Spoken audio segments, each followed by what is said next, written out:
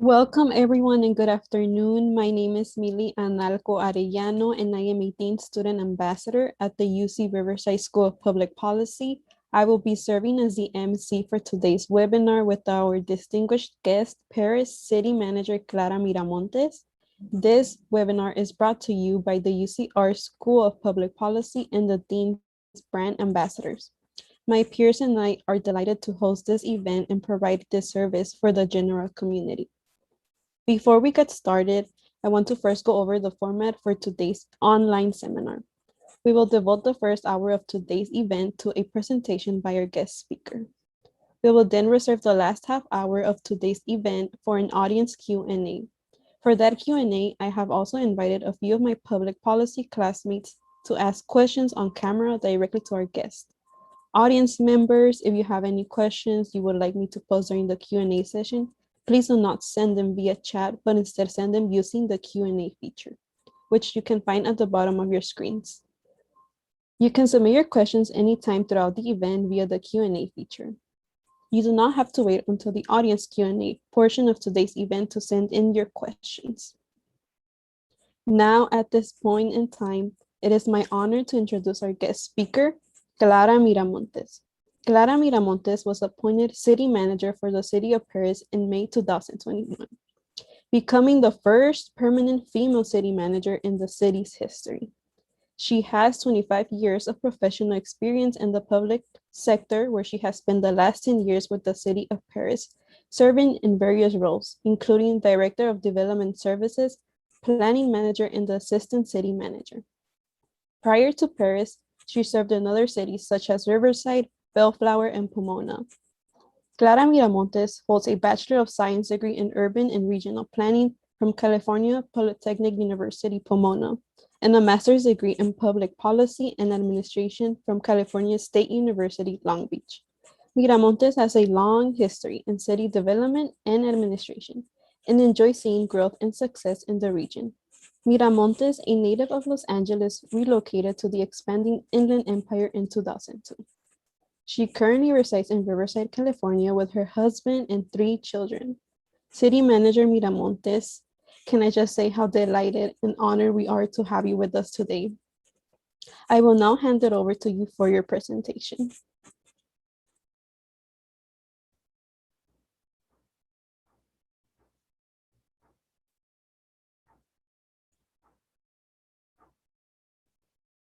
I'm so sorry. You're actually muted. Thank you. I still can't, that still happens after even 2 years of doing Zoom. My apologies. Good afternoon, everyone. Thank you, Millie, for the wonderful introduction. And I want to thank the UCR School of Public Policy for inviting me to participate in the seminar. I'm really honored and thankful to have this opportunity.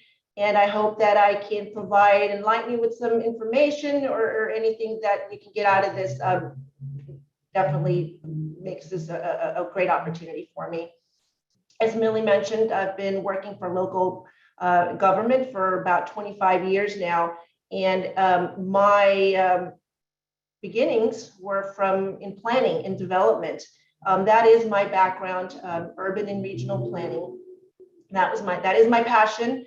But obviously my passion in local government has expanded to whereas now I am a city manager, appointed last year in May. I was interim city manager in January, but there's a long process and finally reached full appointment in May. I've worked for several cities, spent most of my time now here in Perris, going on 11 years. Prior to that, I spent another 11 years working for the city of Riverside in the development department, planning particularly. I've worked for cities of Bellflower. And, originally, just to give you a little bit of background about myself, I didn't enter graduate school till after about maybe 3-4 years as a planner. And I started learning more about local government beyond planning, and I became interested in public policy and administration, which is why I pursued my master's degree in public policy administration.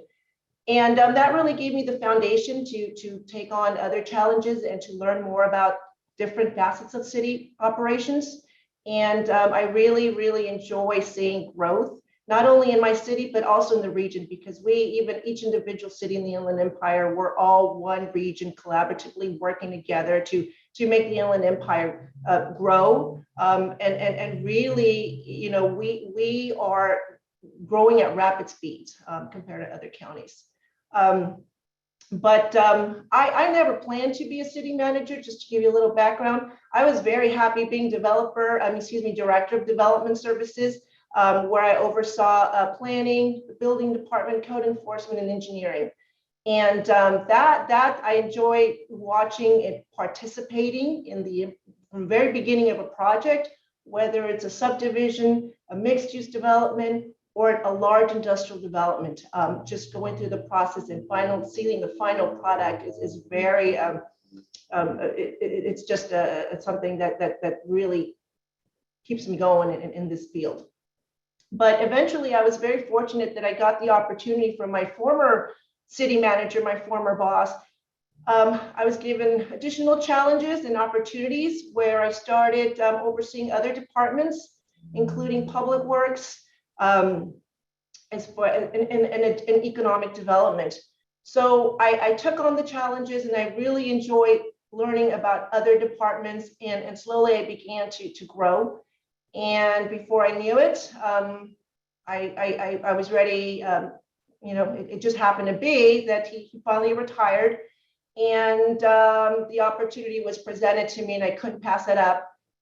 It's a lot of work, but there's a lot of gratification that comes with it. And like any job, there's good days and bad days, but for the most part, it's really, like I said, I really enjoy seeing the growth in a positive way. So with that, I will now start my presentation. I won't bore you any. And by the way, I don't know who else is on here. I'm a big fan of UCR. I have a daughter that attends UCR. She's a third-year student in the political science major, and she enjoys and really loves UCR, and I hope she continues in public policy, but that's up to her. Anyway, I will start my presentation, so I will be sharing my screen.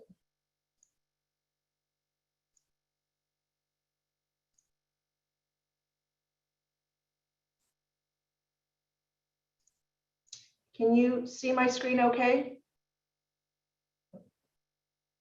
Take that as yes. Okay, so my topic I thought was really important, especially after coming out of this pandemic for almost 2 years now. I felt that this topic is crucial in the reinvention of local government as a result of the pandemic. So I call it innovation in local government, and this explains or goes about explaining how city management can focus on innovation as an enabler for economic growth and community enhancement. So I broke it up in 2 sections. The main function of city management. If you look at just the main definition, what is city management? You get the city management is meant to oversee and improve the quality and efficiency of services by a public organization. City managers, we serve as the chief executives of the city for the city government, and we carry on the laws and wishes of our decision makers. In my case, it's our council. And mainly city managers, we're in charge of public administration related activities. We have to make sure we have an operating budget. We have policy in place to carry forward projects, and we make sure we supervise our personnel. However, in my times, I feel that our duty is beyond just operational. But I think, as time goes by, city management is not just, your local government, but rather, we're kind of a business machine as well. We do need to change with the times and be innovative. And we saw ourselves doing a lot of that as a result of the pandemic. We had to change the ways we did business in order to continue delivering services and to continue taking in revenue, because that's how we run a city. We need revenue funds in order to cover our operations. And our goal is to have sustainable communities, provide a good quality of life for our residents, and typical planner cliche, you want to live, work, and play in the same city you live in.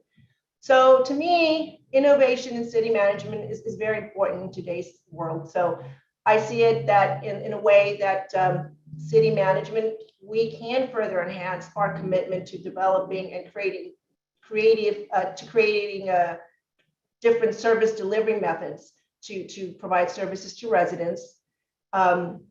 We as an innovative, we need to see ourselves as an innovative and efficient thinkers. We do need to embrace innovation as one of our core value systems, and we do need to integrate it in our everyday way of doing business. As city managers, we play a crucial role in influencing positive change in local government by developing and seeking continuous improvements in business processes and maintaining a culture of innovation and efficiency. And finally, as executive managers, supervisors, we are the front line, and we need to embrace, I always like to embrace an attitude that fosters innovation. It may not always be the greatest idea, but we definitely need to start being creative and thinking outside the box. I know that's a typical cliche, but we do need to start looking at how we can improve the way we do business. So what I did, I broke up the tools for innovation in city management, and I broke it up in 5 kind of core areas.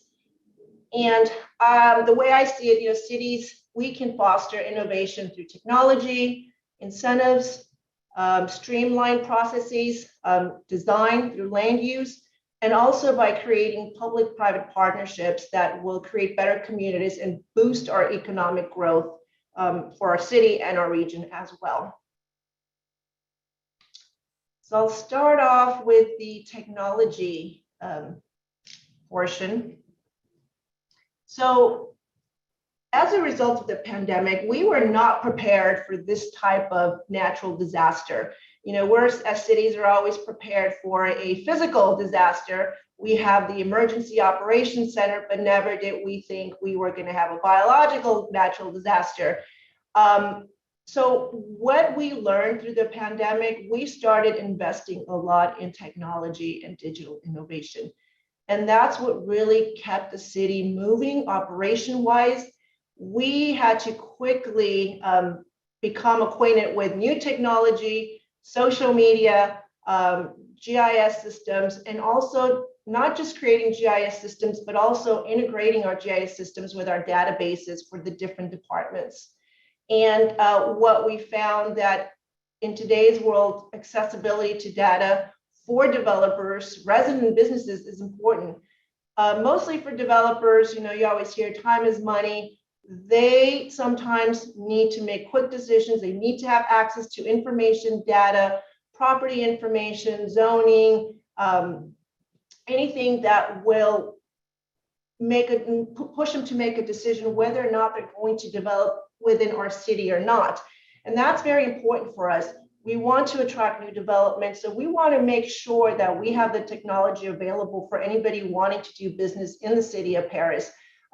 Because we're growing. We're currently a medium-sized city. Within the last 10 years, we grew by about 10,000 residents, but we're continuing to grow. The other thing we learned is, we had to improve the way we deliver information to our public. More and more, we're starting to get a lot of public engagement. Transparency is very important to residents in our cities. And the way we provide information to them, everybody likes to be on social media. We've even created our own news station. And if you look at this, is just a little clip. We actually have a communications room where we have the technology. We actually have a studio. And every week, we like to keep residents informed of all the latest happenings in the city. We also learned that we now need to find a new way to reach residents to obtain their buy-in or their input. surveys, anything to be able so that we can make policy. We need the community's input and buy-in when we create policies for the city.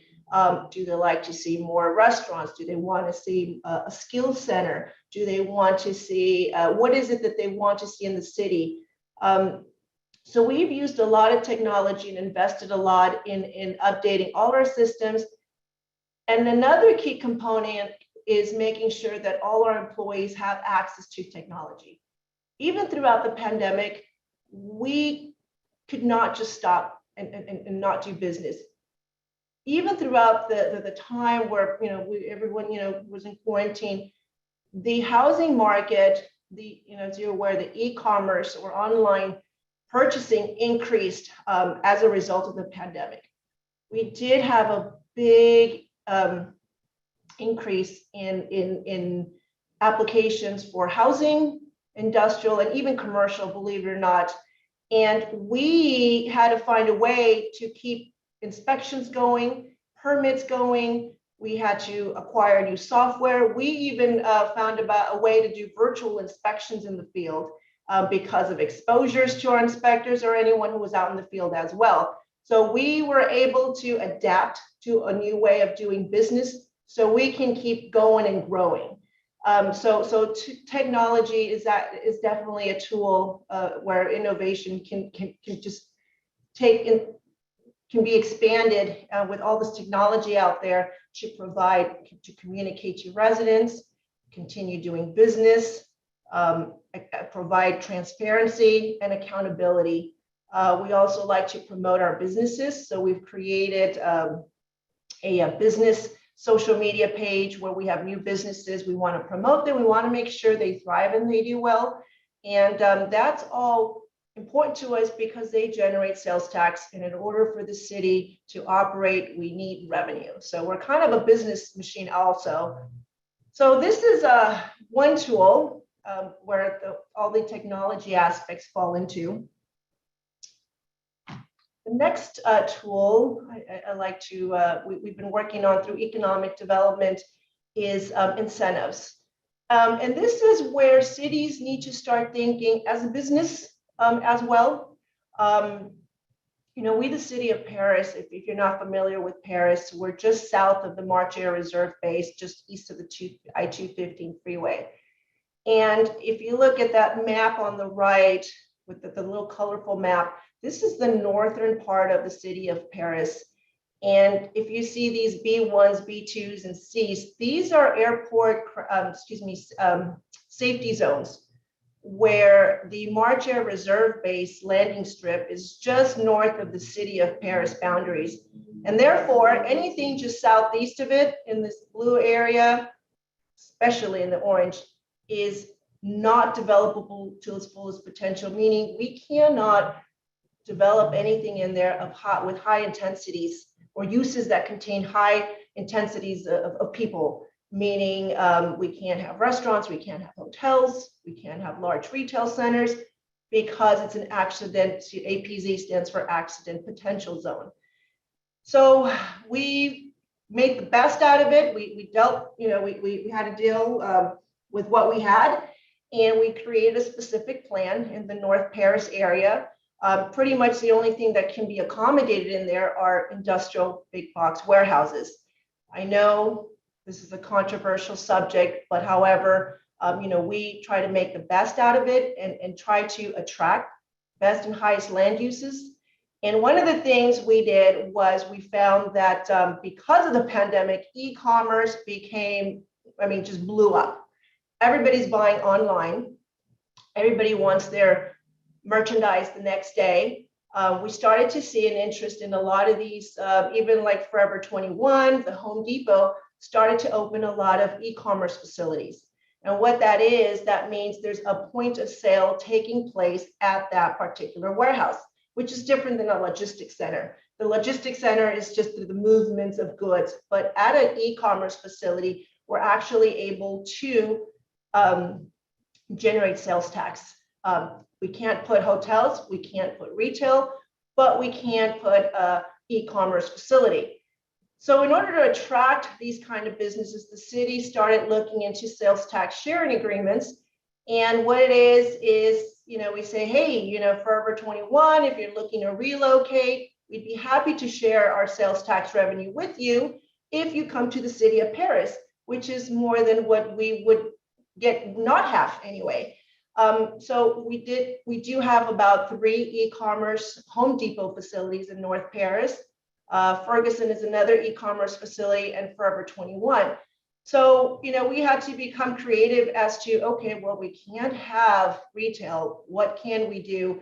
And one of the reasons this airport plan is in place is to protect the March Air Reserve base from any potential future closures.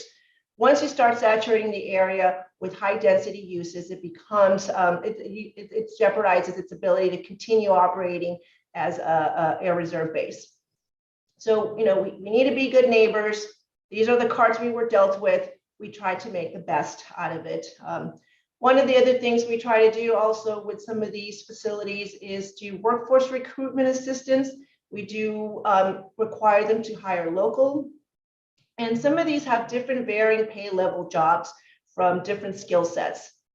We also, on the commercial side of things, we also try to come up with ways to attract retail development. Sometimes we try to, the city is willing to direct developer impact fees that are generated from that development directly to infrastructure for that particular area to relieve some of the costs of bringing big box retailers to the city, because at the end, it's a win-win for both.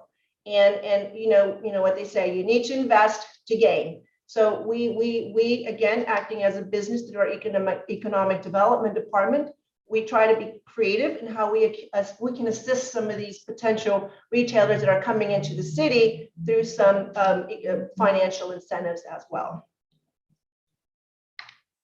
One of the other ways we try to provide incentives, one of the things we're also trying to attract is housing.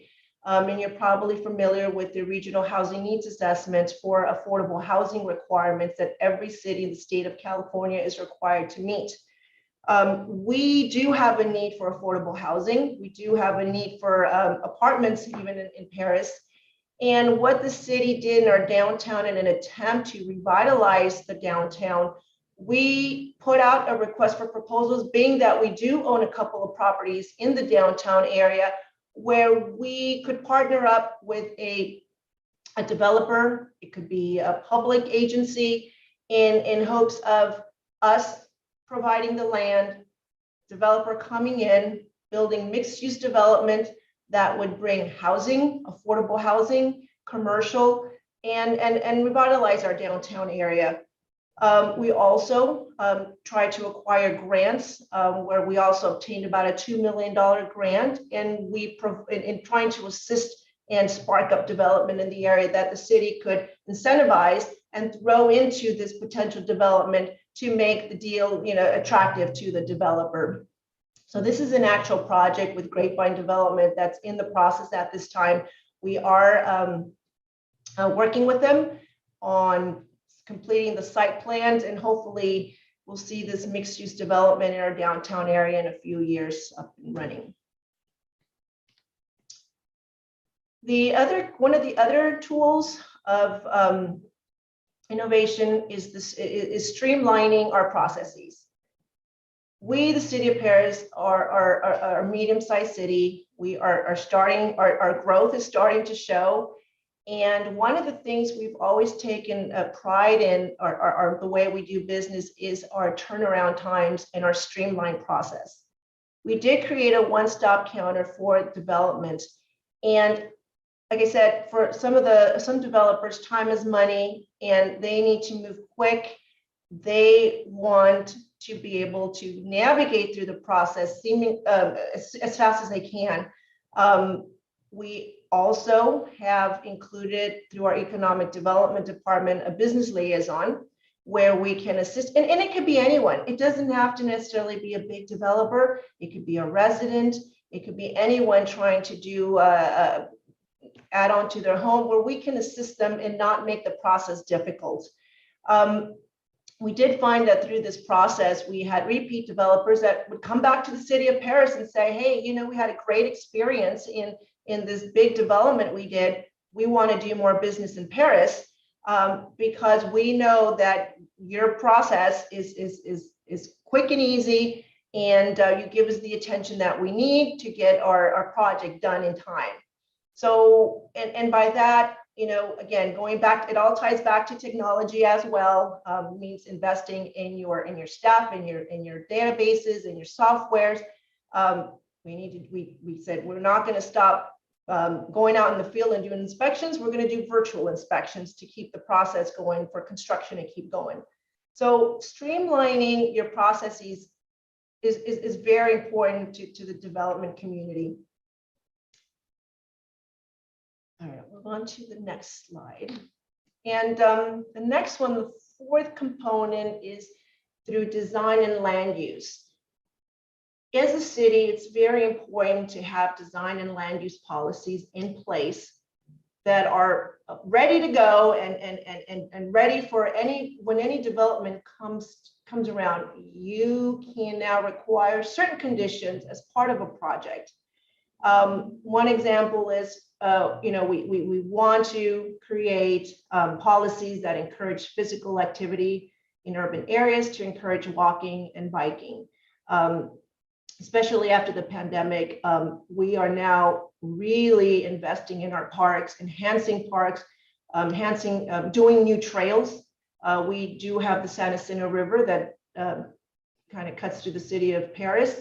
So we're trying to get the public to do physical outdoor activities. So we have these policies in place. So when development does come around, we can always have these requirements as part of development. You need to, trails are required in front of the adjacent to the project. A bike trail is required in this area. So your plan is in place. When development comes around, you know, you can direct them to, here's what you're required to do. And also provides a cohesive plan that not only is for a specific area, but it's for it's a network of trails, bike paths, walkways throughout the city. And not only, they connect also to your neighbors, to your neighboring cities as well.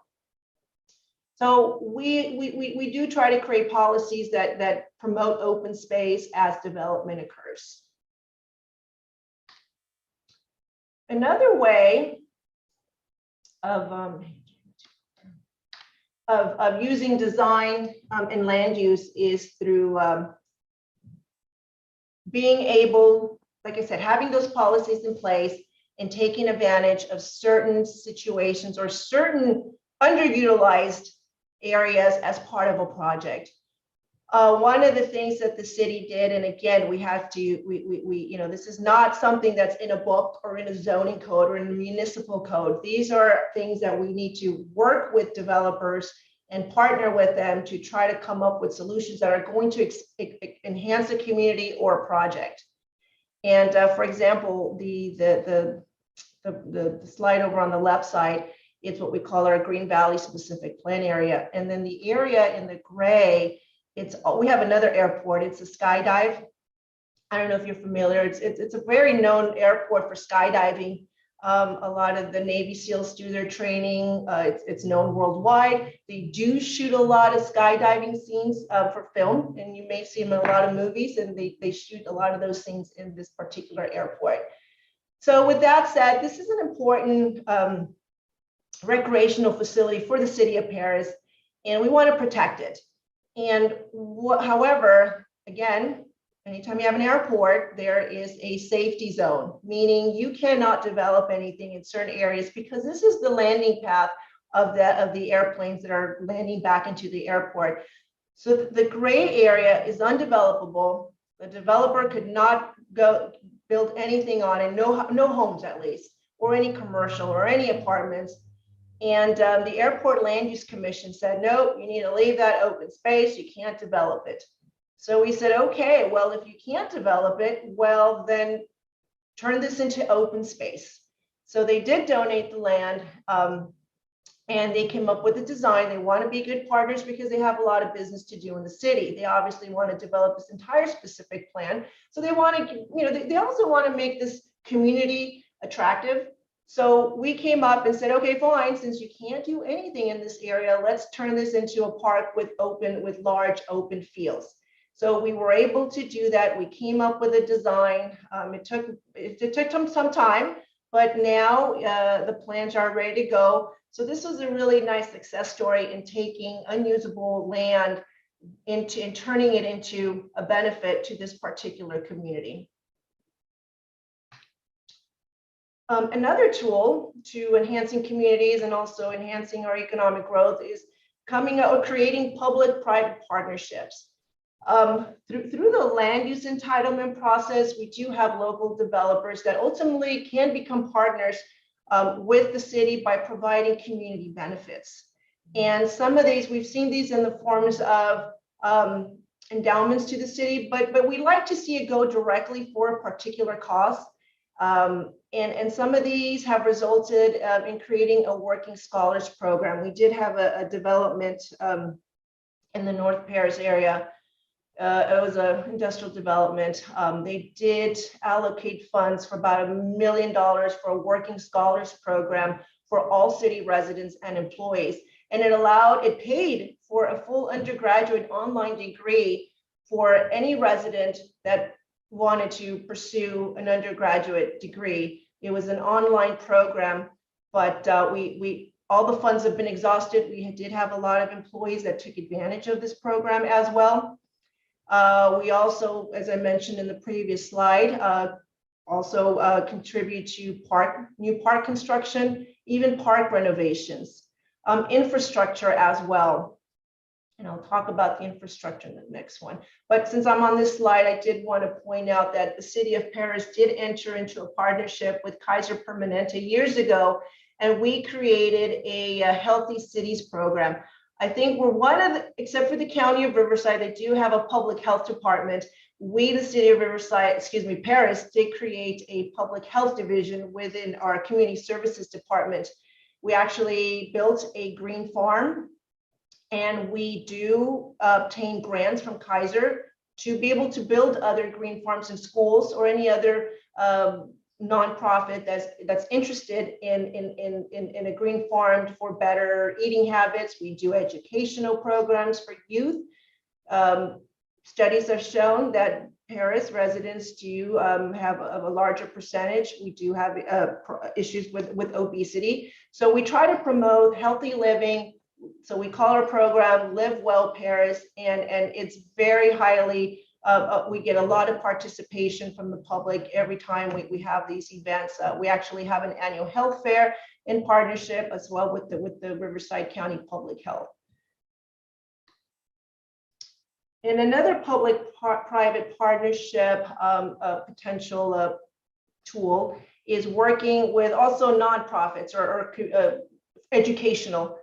And the city did receive a large grant for about $6 million from the Federal Economic Development Agency for a skills training center and job placement center in our downtown. We are actually working with San Jacinto Community College to assist us in the operation of the skills center. And, we do have to recognize the needs of our community. And this is designed for maybe students that may not want to pursue university education after high school, but do want to move on with a skills training or certification. And there is a workforce and a need for those type of skill sets in job placement in this area.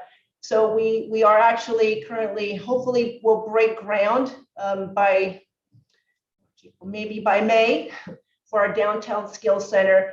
And we also did partnership. We did partner with our Congressman Takano, and we did receive a community benefit grant to assist us to the startup costs for the facility. So there's a lot of opportunities that you can partner up with private, public entities to be able. We could not do this alone. So we do need to look for different resources in order to get these kind of community projects done in our city.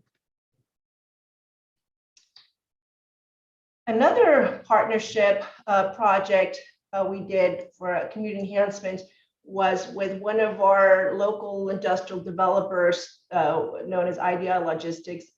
The city has always wanted to honor our heroes that have served, and we finally were able to get a Veterans Memorial in our downtown, in Perris downtown.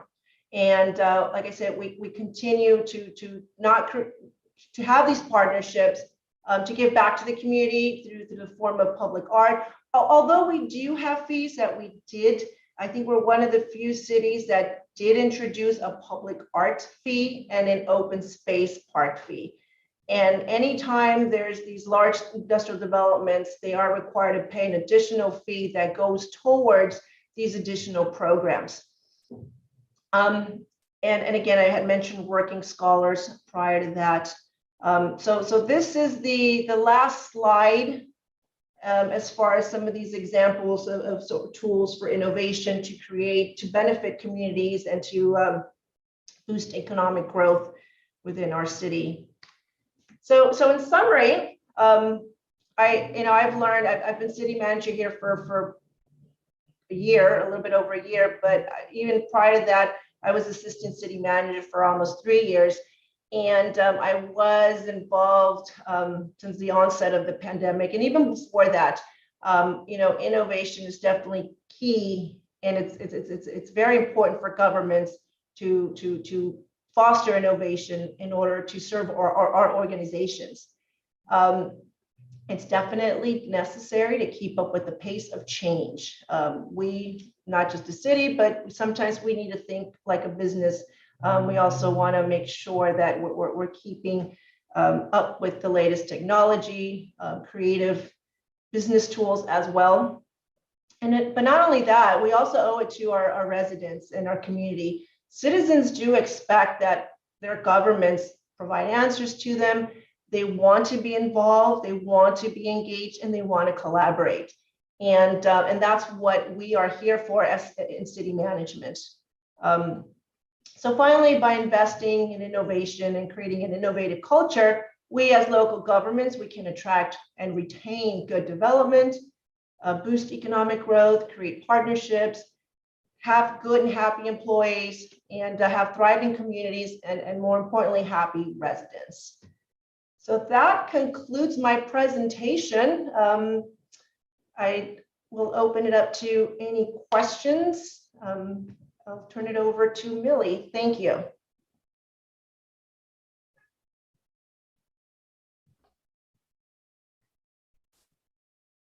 Thank you so much, City Manager Miramontes, for sharing valuable information and for giving us all an insightful presentation on how city management goes hand in hand with innovation, not just for improving the inner workings of your office, but for the livelihood of Perris City residents. So at this time, we will now transition to our audience Q&A. As a quick reminder to our audience, please submit your questions via the Q&A box instead of via the chat function, and I will present them to our guest speaker.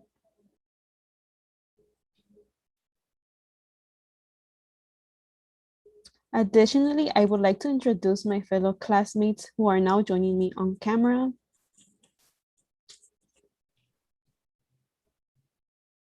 Kevin Karami, Camila Pollard. They will join me in posing questions directly to the city manager throughout the next 30 minutes. The first question will be from Uthman. They ask, how does the city of Perris compete against other cities in the surrounding area to bring in new people, businesses, and more? And how is the process of convincing people to Perris different from other cities' own programs? Thank you, Uthman. That's a great question. We, the city of Perris, we've always, been a city that we felt we've always been overlooked. We have the big city of Riverside, Moreno Valley, and then there's Menifee. I used to work for the city of Riverside, and I was there in '99 when we couldn't even get these large restaurants, retailers to come to the city. But eventually, it took a lot of work. and Riverside's it's a fascinating city. Perris is now moving forward in that direction. The way we need to compete is we need to provide services, retail services. Again, a lot of people move into communities because they want to live, work, and play. They want to be able to go shopping down the street. They don't want to have to go over to the next city or 2 cities down to do some of their shopping or some entertainment. So we are starting to see and attract a lot of these retailers, and we provide incentives, whether it's through infrastructure, to start coming to Perris. We're starting to see a lot of that now. There are some retailers that are still confidential that are in the process, and I'm really excited. I can't wait, in about a year or 2, there's going to be a lot more growth and a lot of big name, more retailers out here in the city of Perris. But, we always feel we have to work a little extra hard to compete for those retailers. But again, urban sprawl, it's eventually going to come over, it's moving over to our side. And the fact we have over 2,000 units in the pipeline for construction. So we have a lot of vacant land left, and there's a lot of opportunity for growth here. As you know, the cost of buying a home now is it's increased tremendously in the last 2 years. However, our price point is still decent. It's still up even in the 500,000s now for a single family home, even in Perris. And that's a lot. I think because we have the land available, we have a lot of opportunities for development here. And the rooftops are starting to come to the city of Perris, and that's a driver for businesses to start coming into the city of Perris. We do have a catalyst project that's kind of moving things around and making other retailers realize, hey, there's people in Perris want to shop. And that's in our downtown Perris area. We just expanded one of our retail shopping centers, and we're starting to see a lot more interest in that area. So that's the way, we have to compete. But one of the, long story short, we have some vacant land where there's a lot of room for growth. We have to provide incentives in order to attract businesses to come to the city of Perris, but we are prepared to do that. And we're trying to do it in every way, whether it's incentivizing them through infrastructure, some sales tax sharing agreements. We need to think creatively. So I hope I answered your question. Thank you for your response, Ms. Miramontes. The next question that we have is from an audience member, and they ask, what are the biggest challenges for your city to foster innovation? One of the biggest challenges is we do have, like I mentioned in one of my slides, is the northern part of the city of Perris is encumbered by the March Air Reserve base flight path. So that really restricts us as to the types of uses we'd like to see there. Some areas we can't even have manufacturing because it does include higher intensities of people. And so, you will see some of those industrial buildings in that area, but we've created ways to alleviate those impacts. For example, we invested in Harley Knox Boulevard and making it a truck route so it doesn't disrupt some of the residential areas to the south. So that's the challenge. We have 2 airports. We turned our, our deficiencies into positive. And but that is a challenge in that we're very restricted in the types of uses we can attract, technological uses, even in the north area of Perris, because of those airport restrictions. So that's one of their biggest challenges. Thank you for answering that question. It really helps us understand the way that we're going, or in Perris City, for innovation. And so then we also have another question from, it will be from our fellow student panelist, Kevin Karami. Thanks, Millie. And thank you, Ms. Miramontes, for your presentation. I just want to say it was really interesting to learn about the city of Perris, the work you do, and some of the challenges that you face and how you solve them. My question is fairly simple, but I think it's an important one. When you get, when you listen to requests or ideas from members, of residents of your city that may not be feasible or may not be maybe too far out, or maybe they lack, or maybe they're missing some information that is necessary for the concern that they are talking about. How do you go about addressing that, right? So, do you have to, obviously we want to value everyone's opinions, but at the same time, there may be instances where we can't follow through with an idea for very valid reasons. What's your thought process when you're presented with this kind of challenge? That's a great question, and that we get that all the time. A lot of sometimes residents or people don't understand development. Sometimes we get, on social media or even at council meetings. Well, why can't you bring in a Sprouts? Why are you building another gas station? Why can't you bring in a one of those Trader Joe's, or why can't you bring an In-N-Out? And we don't need any more gas stations in the corner. Another example is, why are you building warehouses in the North Perris? Why can't you build a shopping center? It's our fault. We're not knocking on people's doors and saying, come to Perris. Well, businesses, they look at demographics, they look at business performance, and years ago, things were a little different in Perris. But some of the things that are changing in Perris are we're getting new families that are moving into a city. There's higher education now with some of our residents, and so our demographics are changing, and that has a lot to do with it. But to answer your question, there's a lot of education involved, and we have to provide that balance. Sometimes we get, well, why aren't you building a home goods up there and putting a warehouse on Harley Knox? Well, because we can't, we're restricted. We can't put people in there because there's an airport crash zone. So we have to strike a balance through education, but not only that. So when we have those types of incidents or situations where there's businesses that are not likely to be embraced by the residents or the community, something needs to, there needs to be something where something is, you kind of have to balance the impacts, meaning you need to give back to the community in some form, whether it's, we're going to fund a scholarship program, we're going to put a new park at the other end of town where we could have people there. So we try to reach the community and say, okay, what is the need? We can't put this beautiful park here, but where would you like to see it? So it takes education. Again, it goes back to partnerships and getting these developments to give back to the community in some form to kind of make up for those impacts. But it's tough. So,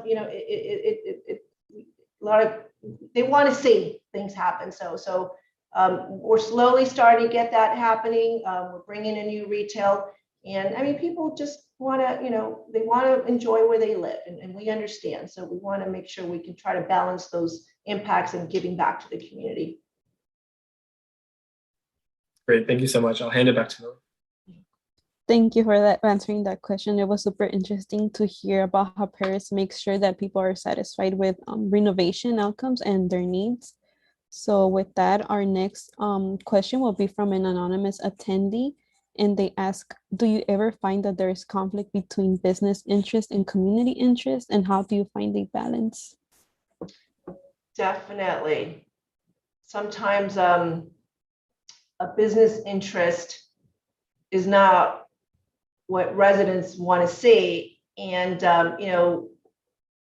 residents sometimes need to understand that we don't own the land, but this particular piece of property says you can build any of these types of uses, and unless you do like a moratorium and say enough gas stations, you can't build any more, then we just have to educate them.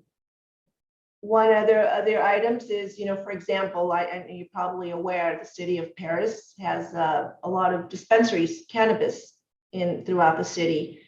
And it was a very, back then, years ago, when this business started to emerge, it was very controversial. And what the city did, we put it on the ballot.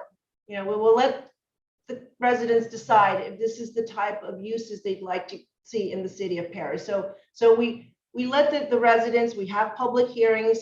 These kind of decisions are not made, by just council and city management. We actually do have public hearings.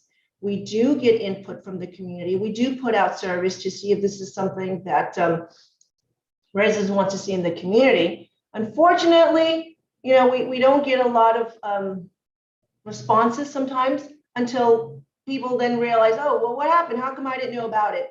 Well, we try to reach to the community as much as we can. We know other short of us going and knocking on your door, we tried every form of avenue to let the community know and get their input.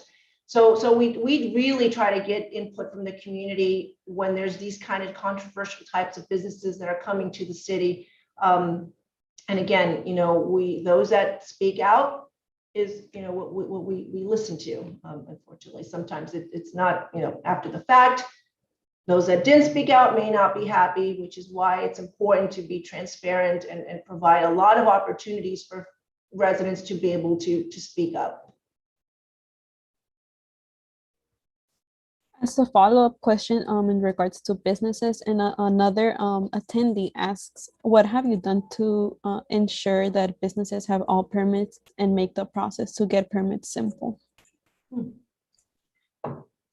Well, usually the big developers, they know the process. The smaller developers, even residents or small businesses or startup businesses, we do partner up with our Chamber of Commerce. And we try to always have workshops for new businesses to help them understand the process. We try to have Zoom sessions as well through, let them know the process of getting through the permitting process. It's always a little confusing for especially first-time business people opening a new business or doing some improvements. Those are the ones that need a lot of help. So we partner up with our local Chamber of Commerce to do workshops for those that need that extra help. But we also, like I mentioned in one of the slides, we do have an economic development liaison who is kind of a call me, I'll help you get through all the departments if you're having, if you're confused, to be able to help them navigate. And that's been very successful.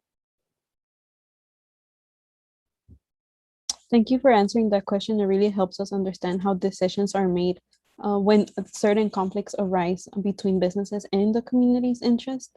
And so now I would like to invite my fellow class peer to share another question, and that is for Camila. Hi, Ms. Miramontes. Thank you so much for your presentation. I really enjoyed it. It's been really interesting, just learning different ways you've helped the community in Perris. Since we are on the topic of businesses, it just kind of brought to came to my mind, like, what role does ethics play when it comes to city managing and city planning? Like, I know you've mentioned like all these businesses that you can't allow to come in to help, prosper the economic growth. Is there does ethics play a role in which companies you decide to work with, how many companies can come in, as well as maybe their reputation, in general? Yes, ethics plays a big role in every day. I think one of the a good quality, I would say, in a city manager is ethics. I'm here to provide my technical expertise, my experience, and give my council the best, my best professional recommendation keeping in mind what's best for our city. So my job is to have the best interest at heart for the city of Perris, not for a business developer. But we need businesses, but sometimes there's businesses that they're just not allowed, and I have to provide my best ethical professional recommendation to my council. Ultimately, they're the decision makers, they vote, and they have the final say so. But ethics definitely is a huge role. It's my responsibility to provide just a good, responsible, professional recommendation. And outside of that, they're on the dais, 3 votes, and it's up to them at that point. Thank you for your response on that, Ms. Miramontes. As another question, we have an audience member asking, what changes were made within your office to help create a safe environment amid the COVID pandemic? Oh gosh, that a lot. Well, first, everybody remembers March 2020. It was, first thing we did was, because of the exposure factor, first thing we did was to have skeleton crews, meaning we had to create 2 shifts of employees, of staff, to minimize the number of people within the office. So we kept minimal staff in every department to be able to answer phones.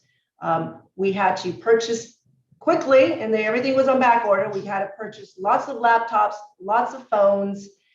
We had to secure all the workstations other than those that had a private office, secure them with the typical plexiglass sneeze guards. We actually had to hire, actually, we still to date, we have custodial staff that disinfects every day, all our working stations. But we had to also learn to work remotely. That was the biggest thing. And employees were so determined to make it work. I can tell you that our employees, if I needed to get a hold of someone, they were available. They were working from home on their laptops, making sure that all the phone calls and emails were getting answered. They did appreciate that we were looking out for their safety, that they did, they were working from home, and it worked. And they wanted to make sure it kept working, and they did their best to make sure that we didn't skip a beat. And then now that's even changed, because now we're even talking about, quality of life now. Some folks really enjoy spending that additional time. We're even talking about doing potential working from home 1 day a week or so. But we did do a lot of change in the way we did business, quarantining. We did quarantine pay. And there was a lot of grants that came down from the feds to assist in that. So everything from just changing cleaning stations to providing all the technology available so everybody can keep business going, and allowing to work as employees to work remotely as well. Thank you for answering that question. It really helps to show that during the pandemic, even in your office, there were a lot of issues in regards to innovation, as this was a topic, innovation. So thank you for sharing that valuable information. Now, we also have a question from an attendee that wants to ask, are there any specific reasons that motivated you to join this profession? Yes, and again, my original profession was planning. I grew up in LA, and I was always fascinated by the way cities develop. I mean, to be quite frankly, I originally wanted to be an architect, and then I went to Cal Poly, and I saw they have an urban and regional program, and I really didn't know what that was all about. And I started looking into it, and it did integrate about a year or 2 of design, but it also integrated community development, community growth. And, I grew up in Central LA, and I always said to myself, gosh, I really want to make a difference in this area. I really want to be able to come back and change things around here. And ultimately, I ended up moving out of LA because it's too crowded over there, and I love living out in the Inland Empire. But that was the motivation when I discovered, urban planning, and I did get an internship in the city of Pomona as a planning intern. And I said, wow, I really enjoy being able to see development, to be able to have a say-so in what a building's going to look like or what a community is going to look like. Everything from street layouts to just how everything, a plan you can actually have a say so and be creative in a way a community can be developed, even if it's in a tract or in a specific plan. So that's always been fascinating to me. And from there, I just kept learning more and learning other functions that contribute to community development throughout cities. So that's really my motivator.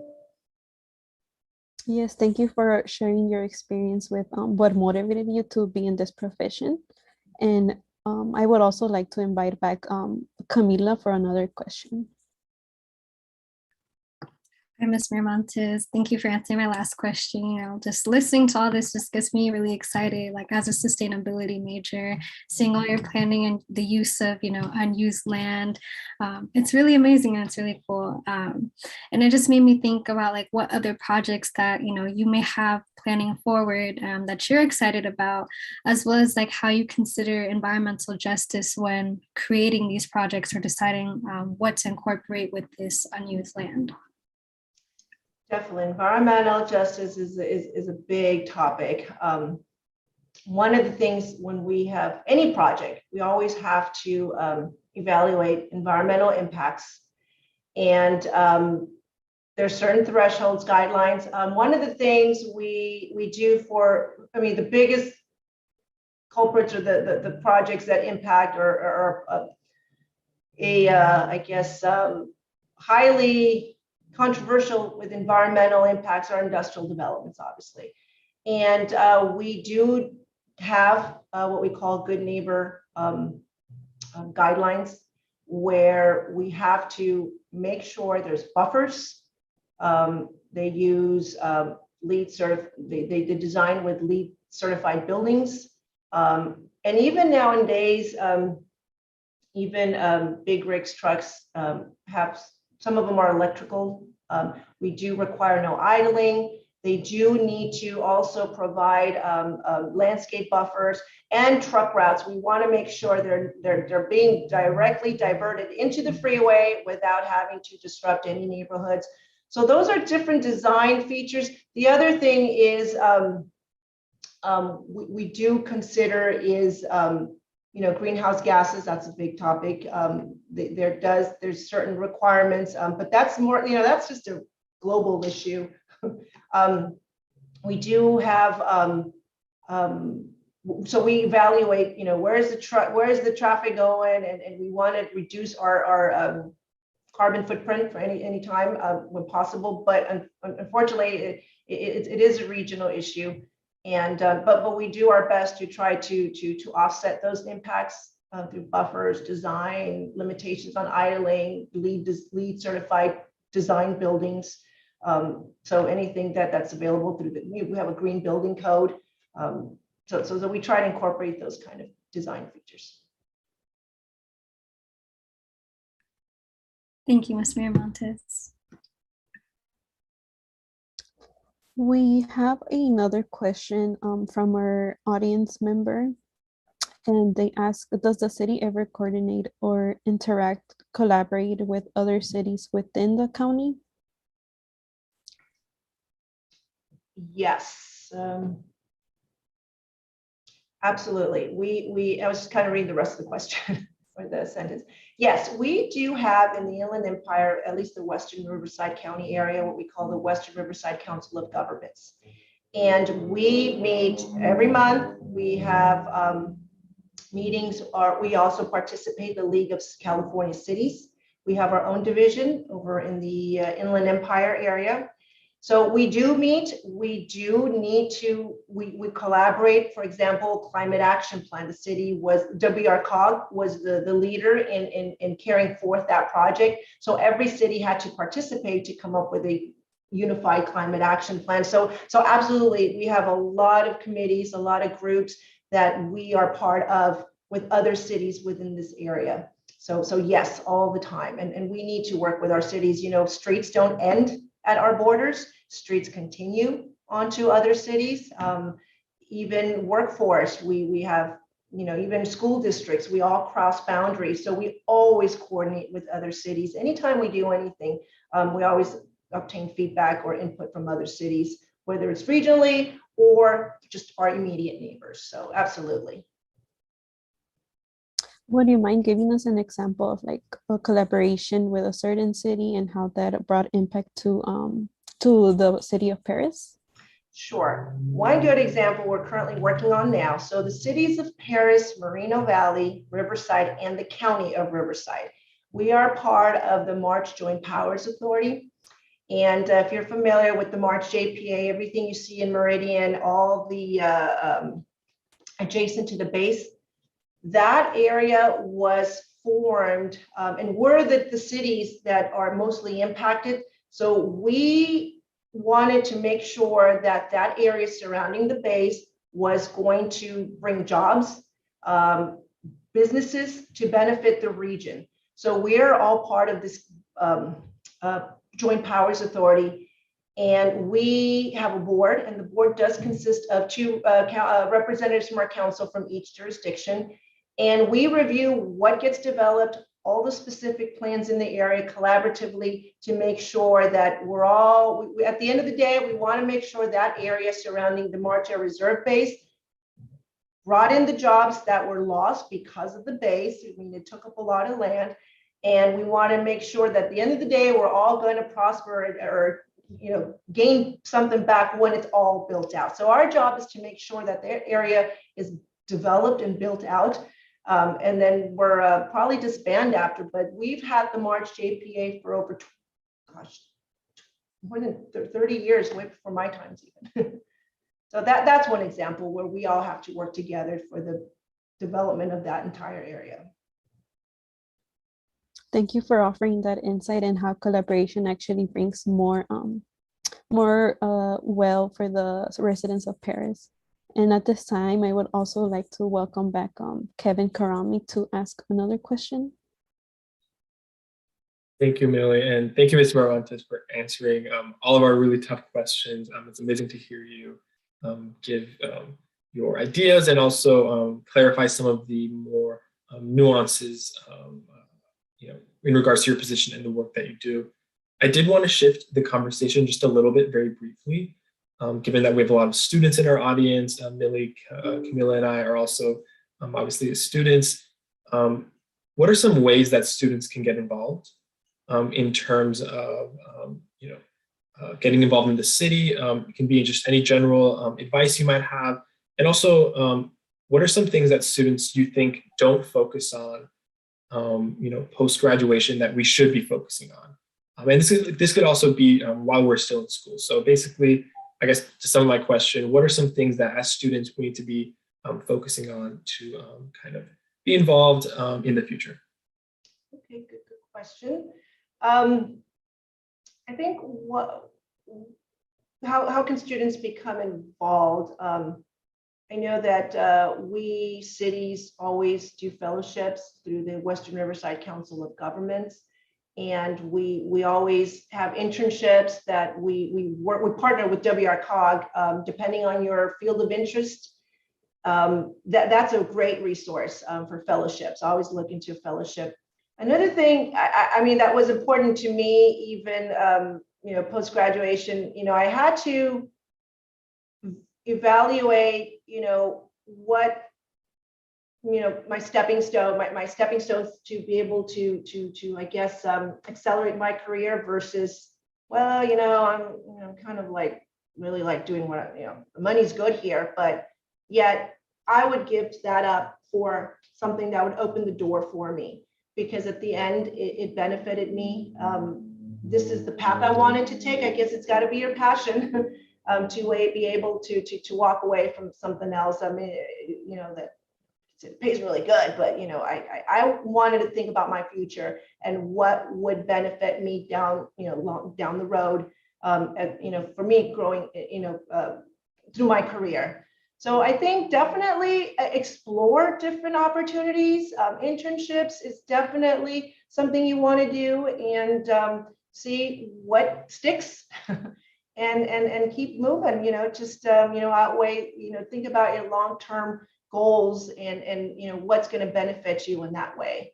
And that's kind of been my approach in through my career, my journey. Thank you so much. To follow up on career advice, I wanted to ask, what would you say are, because people of color, we kind of are not seen in the sector, public sector, or as a city manager. So I'm wondering, what would you recommend for people of color, or low income students that want to pursue a career in something as a city manager or a council member? Like, what advice would you give for us? Oh, sure. I myself was a low income student. My parents are immigrants, and my approach was, I'm going to work hard, regardless, male, I'm a female, I'm a minority. And, I really was very open to diversity. And to me, I didn't focus on that. I really focused on just working hard. And some could probably say, as a female, I probably worked a little harder, but that's just me. Whether I was a male or female, I probably would have done it anyway. But to me, I really just focused on my goals. I didn't, yes, I came from a low income family, but you know what? I got an education, I received my degree, and that I used that to my advantage, and I put it to use, and I worked hard, and I really, one thing I did was I was always one that could never say no. And I think, some look at it as a bad thing. It's like, oh, you're just getting dumped on, but, I looked at it as an opportunity. So the more I was given or handed, I looked at it as, I'm going to learn from this and I'm going to have the upper hand. So to me, I really didn't let the color of my skin or my background really, kind of loom over the way I try to enhance my career. I really focused on just creating networking. Like they say, you want to really know what you're talking about and learn the subjects. And I think that people will see that you know what you're talking about. So I always made a point to go out of my way to learn that extra whatever it was I needed that I wanted to grow into or to expand into. So, that's been my approach. Thank you for sharing what motivated you to disregarding like the fact that we are people of color. So thank you. Now I would also like to ask another question from the audience. How is green infrastructure a priority for the city of Perris? Green infrastructure. Is there more to the question? So green, okay, so I think of green infrastructure, we're talking about recycling water recycling. That's definitely EMWD, a requirement through the through the drought. We always have that. That's a requirement. If there is, we call it purple pipe available, we always have to connect to it. But one of the things we do require as part of any development is to get LEED certification, meaning it needs to encourage green construction. Also, one of the things we're starting to look into now is reducing our carbon footprint by planting more trees, to kind of make up for the these new roads and development. But one of the things that we do value is making sure buildings can comply, and it's part of the building code too. There's certain requirements nowadays that you have to comply to make sure that you're meeting energy efficiency. So we do, that's being done through our building code, but we always encourage to go above and beyond, and it's something I guess developers like to brag about. Hey, I'm a LEED certified building. So we do provide recognition for that. I'm not sure if I answered your question. I hope I did.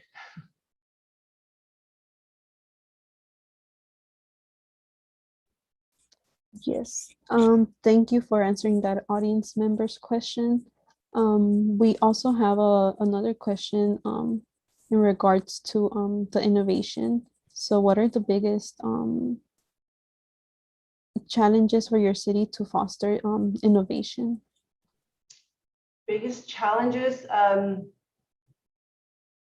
right now, we actually, you're probably aware the American Rescue Plan Act has definitely provided a lot of funds for all the cities to recover from the pandemic.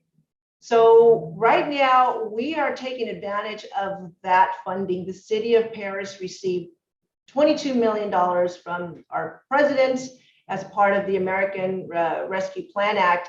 And we are using that to increase broadband in our downtown area. We are using it to allow for Wi-Fi to areas that can't afford to pay for Wi-Fi. So right now it's really tough to say you can't, because there's a lot of funding out there right now that's being thrown at cities to be able to recover from the pandemic and technology infrastructure, broadband with. So we are taking advantage of all that funding right now. So and we have a lot of support from our council in using those funds for expanding our broadband and purchasing equipment to provide better online service. For example, our planning online services are going to get better because we're now purchasing and introducing a new software. So you can now do everything electronically. So I can't say right now we have a big challenge because funds are available. So we're taking advantage of all that right now. Yes, thank you so much for answering our questions, City Manager Miramontes. This is the end of our allotted time for our questions. So thank you for answering them. And now I would like to proceed by saying that we would like to express our deepest gratitude for taking the time out of your busy schedule to join us today. And thank you so much again for your time and your work and ensuring that the residents of Perris are well served. And I would also like to express gratitude to our students in the planning committee for this event, which include Rayon Kalam, Camila Pollard, as well as Kevin for joining us for this session as a panelist. And thank you all for your work. For audience members, we hope you join us at our next online event this Friday titled Inside on Capitol Hill as part of the UCR School of Public Policy Seminar Series. And you can learn more about other events hosted by the UCR School of Public Policy like these by visiting our website at spp.ucr.edu. Additionally, you can also learn about our Master of Public Policy program as well as our new combined BA MPP program. So thank you all for being with us today, and we look forward to seeing you at future SPP events soon. Until then, we would like to close this session, and we will see you at our next upcoming sessions. Thank you, Millie. You did an excellent job moderating. So thank you. And thank you everyone for listening and for allowing me to be here today. I really enjoy doing these kind of seminars because I really am passionate about what I do and I love to share this. I've been in your shoes before and I know what it's like, and wish you all the best. And I believe you can feel free to email me anytime you have any questions. I'm